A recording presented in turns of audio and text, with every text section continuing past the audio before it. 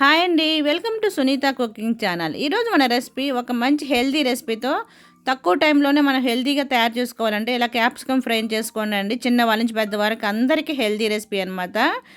ఇది మంచి ఆరోగ్యానికి చాలా హెల్తీ అయిన రెసిపీ అనమాట. ఇది రోటీ రైస్ కాంబినేషన్ సైడ్ డిష్గా పప్పులోకి కూడా చాలా సూపర్గా ఉంటుంది. దీనికోసం క్యాప్సికమ్ ఈ విధంగా కట్ చేసుకోవాలి. క్యాప్సికంలో మనకి మంచి ఎన్నో పోషక పదార్థాలు ఉంటాయండి. ఇందులో విటమిన్ సి, విటమిన్ ఏ అనేది పుష్కలంగా ఉంటుంది.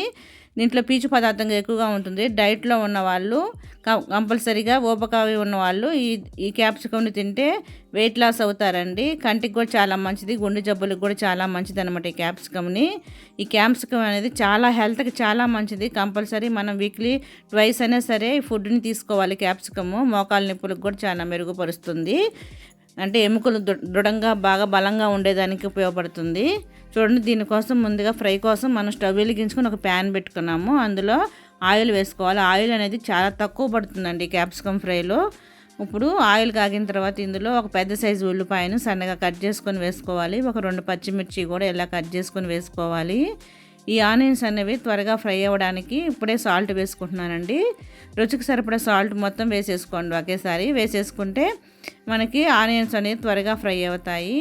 ఈ ఆనియన్స్ అనేవి కొంచెం లైట్ బ్రౌన్ కలర్ వచ్చేంత వరకు ఫ్రై చేసుకోవాలండి.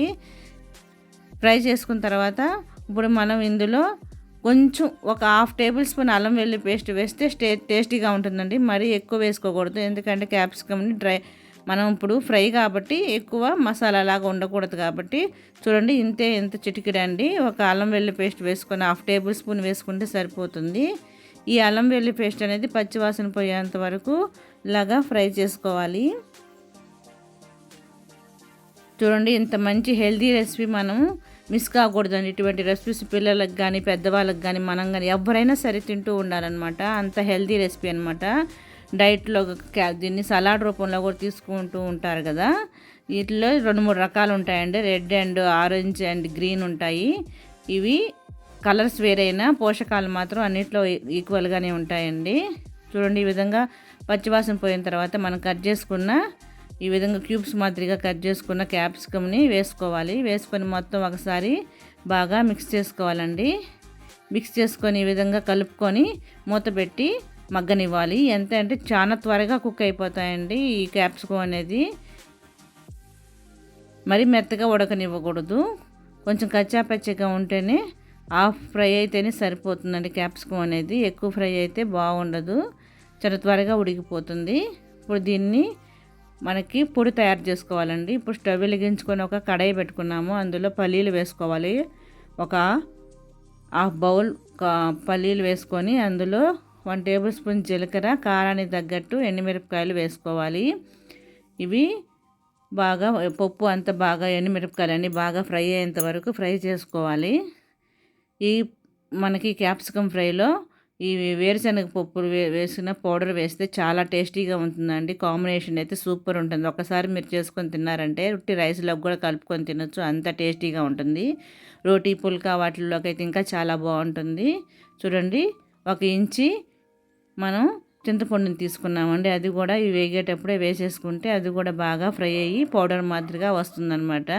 ఈ విధంగా చింతపండు వేసి కూడా ఫ్రై చేసుకోవాలి. ఈ విధంగా మొత్తం వేరుశనగ పప్పులన్నీ వేరుశనగ గుళ్ళన్నీ ఇలా ఫ్రై అయిన తర్వాత ఇప్పుడు ఇందులో లాస్ట్లో మనం పుట్నాల పప్పు ఉంది కదండి, వేరుశనగ పప్పు, పుట్నాల పప్పు కూడా వేసుకోవాలి. సాయిపప్పు వేసుకొని ఒకసారి కలుపుకొని ఇప్పుడు స్టవ్ ఆపేసేయాలండి.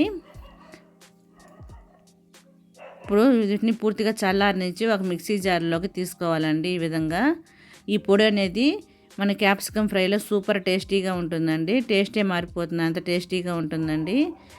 మీ పిల్లలకి లంచ్ బాక్స్లో పెట్టడానికి కానీ మనం ఎప్పుడైనా సరే ఇలా చేసుకొని తినొచ్చు. చూడండి, ఈ విధంగా పొడి చేసుకొని పెట్టుకోవాలి, పక్కన పెట్టుకోవాలి. చూడండి, ఇప్పుడు మూత తీసి మనం క్యాప్సికమ్ ఫ్రై ఎలా ఉందో చూడాలి. చూడండి, ఈ విధంగా కుక్ అయితే సరిపోతుంది. ఇప్పుడు ఇవి ఒకసారి మొత్తం బాగా కలుపుకొని చూడండి, ఉడికిందో లేదో ఒకసారి టెస్ట్ చేసుకోవాలి. చూడండి, చక్కగా ఉడికిపోయాయి, ఎందుకంటే క్యాప్సికమ్ త్వరగానే ఉడికిపోతుంది కాబట్టి. ఇప్పుడు మనం వేయించుకున్న పొడిని వేసేసుకోవాలండి. వేసుకొని ఒకసారి బాగా కలుపుకోవాలి. చాలా అంటే చాలా టేస్టీగా ఉంటుందండి. ట్రస్ట్ మీ అండి. అసలు ఎంత హెల్తీ రెసిపీ అయినా కూడా టేస్ట్ బాగుంటుంది. టేస్ట్ ఉంటేనే కదా మనం తింటాం. హెల్తీ అని అన్నీ తినలేం కదా. కొన్ని అయితే తింటాం, కొన్ని తినలేము. కానీ ఇది హెల్తీ ఉంటుంది, టేస్టీ ఉంటుంది. సూపర్ అనమాట. అంత టేస్టీగా ఉంటుంది. తప్పకుండా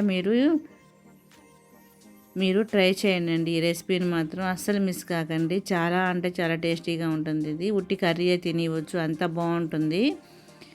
హెల్త్కి కూడా చాలా మంచిదన్నమాట. కంటికైతే పిల్లలకు ఇప్పుడు అందరికి సైట్ వస్తుంది కదా. ఇలాగ పిల్లలకి మనం పెడుతూ ఉంటే వాళ్ళకి సైట్ కూడా రాకుండా కళ్ళు బాగుంటాయండి. ఈ కళ్ళకి చాలా మంచిదన్నమాట. ఇది గుండె జబ్బులకు కానీ అన్ని రోగాలకి విముక్తి అనమాట. ఈ కర్రీ అనేది క్యాప్సికం కర్రీ. క్యాప్సికం తీసుకుంటూ ఉండాలి. సలాడ్ రూపంలో కానీ ఇలా ఫ్రై రూపంలో కానీ తీసుకుంటూ ఉంటే చాలా మంచిదన్నమాట. చూడండి, లాస్ట్లో సన్నగా కట్ చేసుకున్న కొత్తిమీర కూడా వేసుకొని ఒకసారి బాగా కలుపుకొని ఇప్పుడు దీన్ని స్టవ్ ఆపేసేయాలి. చూడండి, ఈ విధంగా ఫ్రై అయిపోయింది కదా. ఇప్పుడు స్టవ్ ఆపేసేయాలన్నమాట. దీన్ని ఇప్పుడు మనం సర్వింగ్ బౌల్లో తీసుకోవాలి. అంతేనండి, ఎంతో టేస్టీగా ఉండే మన క్యాప్సికమ్ ఫ్రై రెడీ అయిపోయింది. హెల్దీ అనే రెసిపీ. ఈ వీడియో కనుక మీకు నచ్చినట్లయితే ప్లీజ్ లైక్ చేయండి, షేర్ చేయండి, సబ్స్క్రైబ్ చేయండి. మరిన్ని వీడియోస్ కోసం సునీత కుకింగ్ ఛానల్ను ఫాలో అవుతూ ఉండండి friends. Thank you for watching. Please subscribe my channel.